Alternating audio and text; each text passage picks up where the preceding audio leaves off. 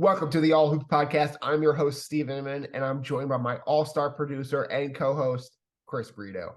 Free agency is officially underway. We have all-stars getting paid, others are upset, and a couple want trades. We'll get to all that, but Chris, my friend, before we get started, today's a very special day.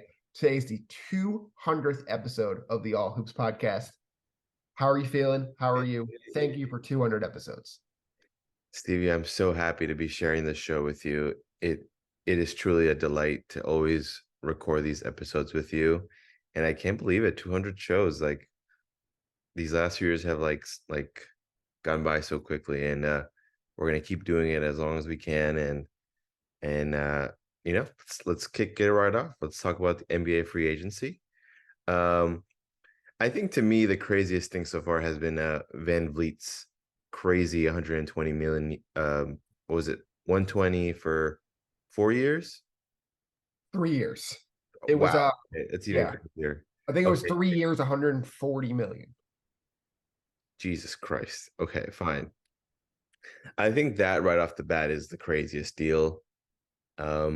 Mostly because the Houston Rockets weren't anywhere close to the playoffs. And the Raptors didn't make it either with VanVleet, but I think you have another adult in the room. They just hired Emi Udoka. I think adding a piece like him makes a lot of sense in terms of that, like to get that young roster like sort of moving forward in the right direction. Because it seemed very clear that they weren't going anywhere last year. Yeah, so it was actually 3 years, 130 million. We guess 120, then we guess 140. It was actually in the middle, 130. Okay. To me, this is more of a what are the Raptors doing kind of situation where a few years ago, they were very ready to blow it up and start over. Then they make the Kawhi trade, they win it all. And now since then, they've kind of been stuck in that middle no man's land. And Masai Ujiri's come out and basically said, like, that's not where you want to be. That's not where I'm going to be. That's kind of a waste of your seasons. And they've been there for a long time now. And they lose VanVleet. They don't really have a replacement. They bring back Jakob Poeltl, who is a nice center. He's probably a slight upgrade over Mitchell Robinson type of player, but he's like a solid middle of the pack center. You give him $20 million a year for 4 years. That's a lot of money, right? That's a move you make if this is the final piece of a contending team. We needed to keep him around, but you don't have a point guard. You have two players who are both, your two best players, Scotty Barnes and Pascal Siakam, are both fours. You've been dangling OG Anunoby for over a year now with a high asking price and really no real end in sight there. So I don't really know. Are they buyers? Are they sellers? What are they doing here? They bring Dennis Schroeder in on a 2-year deal, and the talk now is that's your starting point guard. I don't see how that's going to make them any better than the 9-10 seed that they were this year. Yeah, and they signed Schroeder to that deal, and I'm sort of left with like the Raptors are literally doing what Masai said that he never wanted to do. And I think this team got worse. I don't think this team got better since last season. So they're going to have to compete with the same people and a lot of improved teams. The Raptors, frankly, I don't even think they're a top 8 team in the East right now with said roster. So I agree. Yeah, no, I agree. I think they're kind of in that no man's land, and there really hasn't even been talk of them trading OG or Pascal right now. Like, obviously there's always rumors, but they don't seem to really have a direction. And I think they really just didn't expect to lose VanVleet. I believe they thought we'll give him a slight raise on the 4 years, 90 on his last contract, and they got blown out of the water by Houston. I don't think they really expected a Houston Rockets situation to come in and just blow them out of the water. I'm curious from the Rockets perspective, we just talked about this, what does this mean for Kevin Porter Jr., who got a non-guaranteed contract? He had some really big moments last year, including a 50-point game, but this is a guy who has caused a lot of problems in the locker room. He's been suspended before. This was a guy halfway through his rookie contract in Cleveland, and they said, we can't have you around. So what does that mean for him? but a starting lineup of Van Vliet, Jalen Green, with Cam Whitmore and Jashawn Tate playing the 3, Jabari Smith at the 4, and Sengun at the 5. It's young, it's fun, it's not going to be the worst rotation, and they have a real quality coach in Ime Udoka. I have no idea what to think of this Rocket team next year, but if I'm a Houston fan, I'm excited. Yeah. And money aside, like it's a smart deal because okay, fine, you pried away Van Vliet to the Rockets. I think you have so many cheap contracts on that team that it doesn't even really impact really how you want them. And that what's it? You said 3 year deal, right? Yes, That's 3 years. Like if things go bad after year two, like he's an expiring. Like absolutely. Yeah. it's a great deal. And Uh, also, it makes me feel even better about the Jalen Brunson deal, right? Like Jalen Brunson's making, 24, 25 million a year. Van Vliet is going to have a couple years making 45 million a year. It's almost double what Brunson's making. And I think Brunson's a better player. and even like I also expect Van Vliet to have a similar effect in Houston too. Um, Yeah. right. Even like all the deals that the Knicks made last offseason and the Julius Randle deal were like in retrospect have aged really well. I think that's because of the new CBA and the new Yeah, for sure. salary cap. Basically, you're adding 10 billion to everybody you're thinking of signing, right? Like that's how it's gonna look right now. The biggest shock I saw was we knew Jeremy Grant was getting the bag. He's a quality player. He had a very good year. Did you see 5 years at 160 million? I did not see that coming. And I have no idea what Portland's going to do to improve this team. They look like the same team as last year, and they just gave Jeremy Grant a giant raise. And they have to figure out the logjam at the guard position. It doesn't make any sense. I get what they're trying to do. They're trying to be as competitive as they can for Dame, but like if you're Dame and you see Grant got this money, you're probably thinking, okay, how do we sign a third guy? How do we sign a guy who can elevate us? I thought the guy would be Draymond Green. He goes back on a not underpaid deal, but a very team. The team is comfortable with that contract, 4 years, 100 million for Draymond Green. And I thought a team like Portland, it made sense for them to go after Draymond. At least say we were trying here. Instead, they bring back their own guy.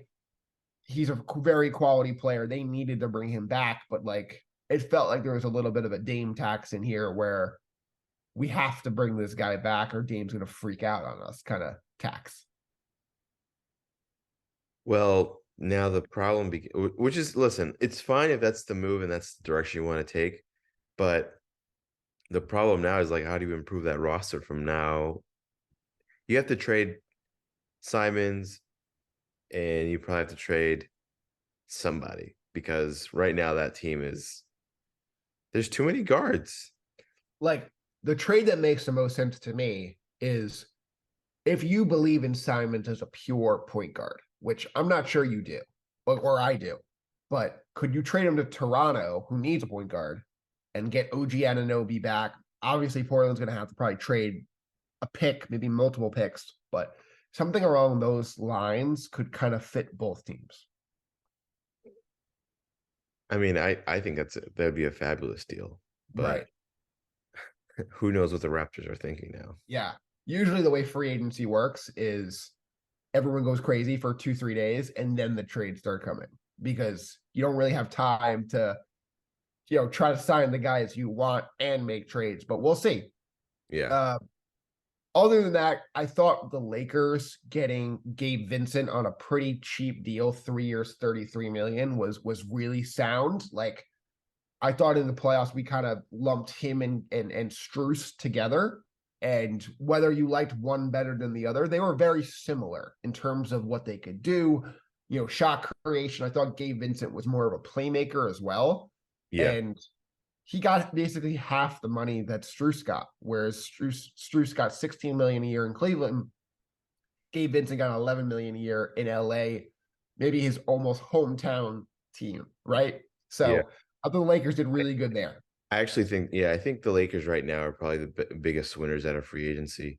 They also signed Rui Hachimura. You know, showed signs of promise in the playoffs and last season. Um, and I love the Gabe Vincent deal because it's similar to the Miami team where you know who like the main playmaker is, which obviously in this case is LeBron, and like that team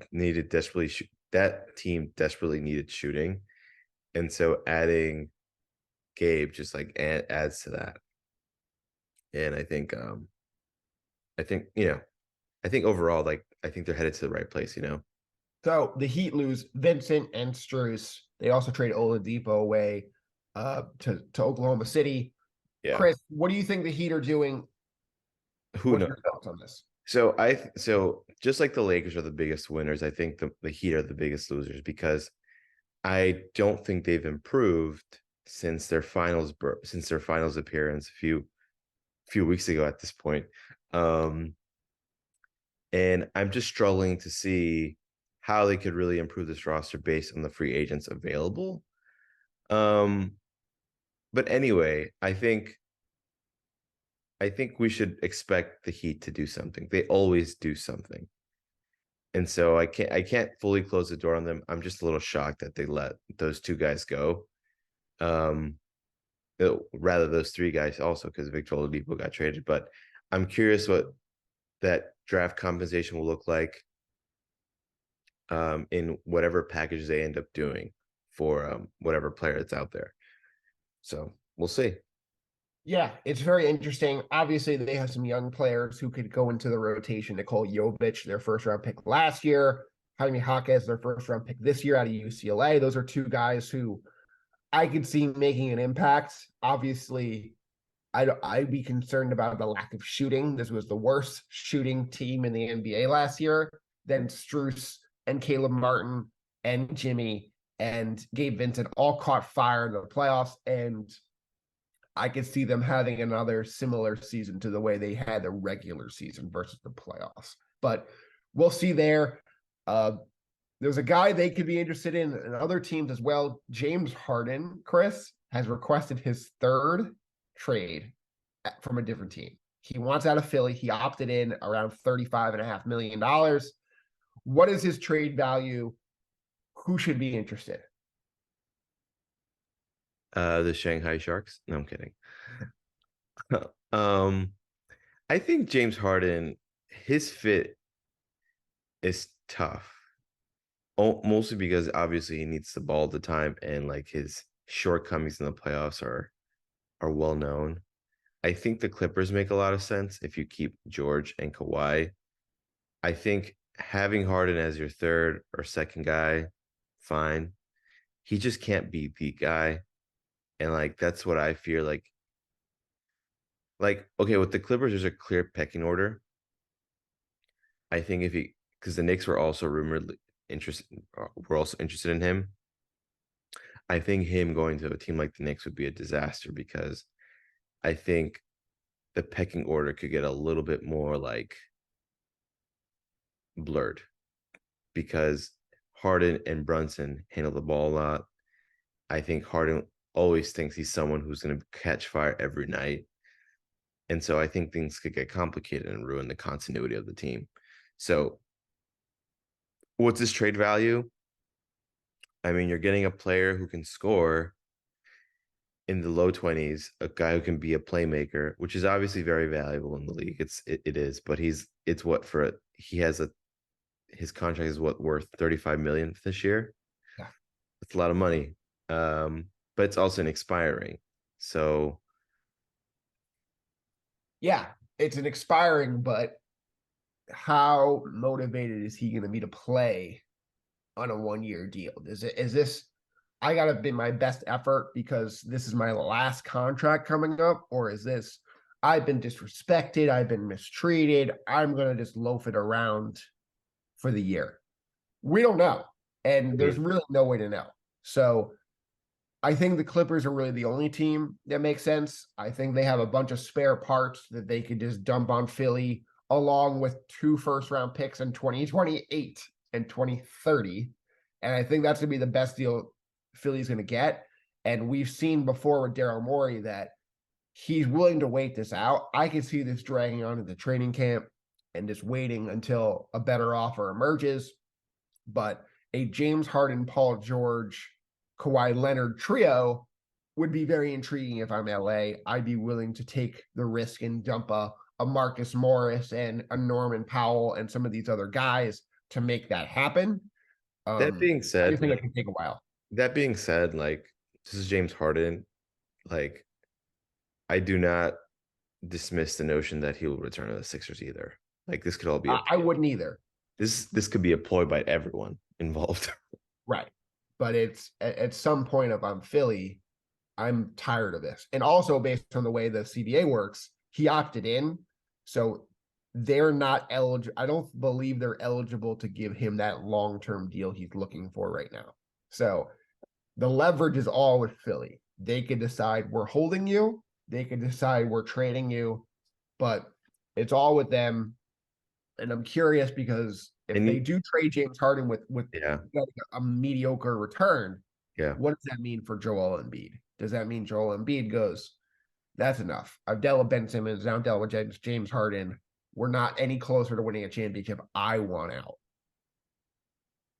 I don't think Embiid's going anywhere, man.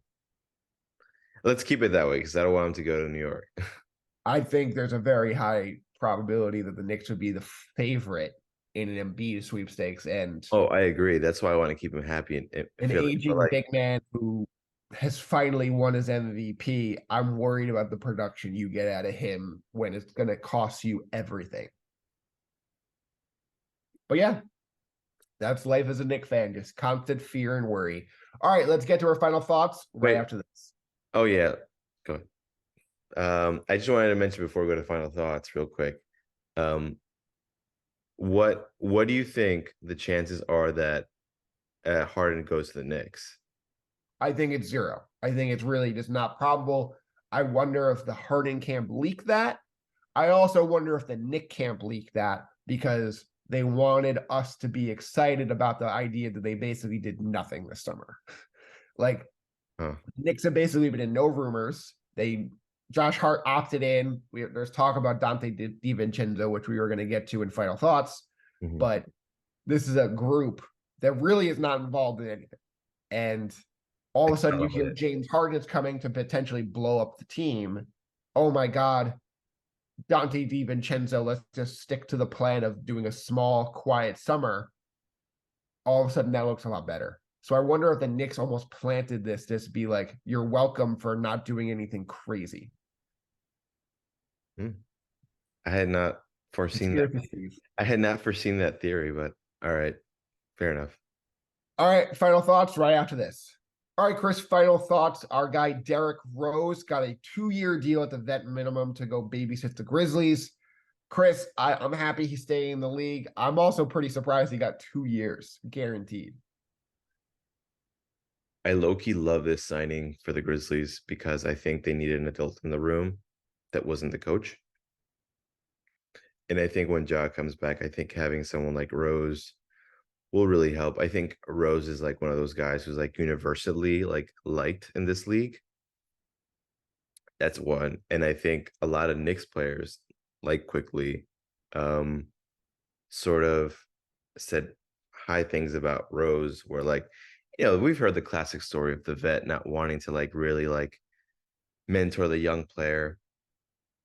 But Rose, from what I've heard, obviously through interviews and whatever, like it sounds like Rose has been someone who has been very,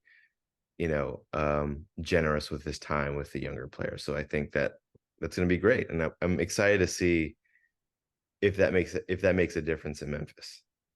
Yeah, I'm interested too. Let's get to the Knicks. There's talk that they're interested in Dante DiVincenzo. He's a guy who is meeting with many teams, and I think there's so much interest there that he's going to probably wind up getting the full mid-level exception, around 11, 12 million a year. It's a lot of money for a guy who I think is a solid 8th, 7th, 8th man. I don't think he's really more than that. If they get him, cool. If not, I think they could find a way to be okay as well. Yeah, I mean, I like it. I don't mind it, but Yeah, whose minutes is he taking? that's also a great question. Like I don't know. I don't want him to take minutes over Barrett, quickly, or Hart right now. But Right. I mean, they're very guard is heavy. he? I forget what are his numbers, which his shooting numbers, because the sorry, the Dante? Dante DiVincenzo, yeah. Yeah, so he's a career, 36, 37 from three. Last year he shot almost 40, 39.7%. He averaged, 9, 4, and 3 for the Warriors, basically coming off the bench. Half his games were starts, but he's a rotation guy. He's a quality rotation guy. He's only 26. Possibility always he can get better. But the way I look at it is, I'd love for someone to say to me, you know what, you can get better at 31, at 30 years old, Chris. I mean, anything's possible, buddy. Anything's possible. I mean, who thought, when you were 26 that you were going to become producer to the stars, right? So here we are with that. The other rumor the Knicks are dealing with is there's a lot of chatter about Obi Toppin potentially being traded to Indy. And I really think You this know? is something we've heard for 2 years now.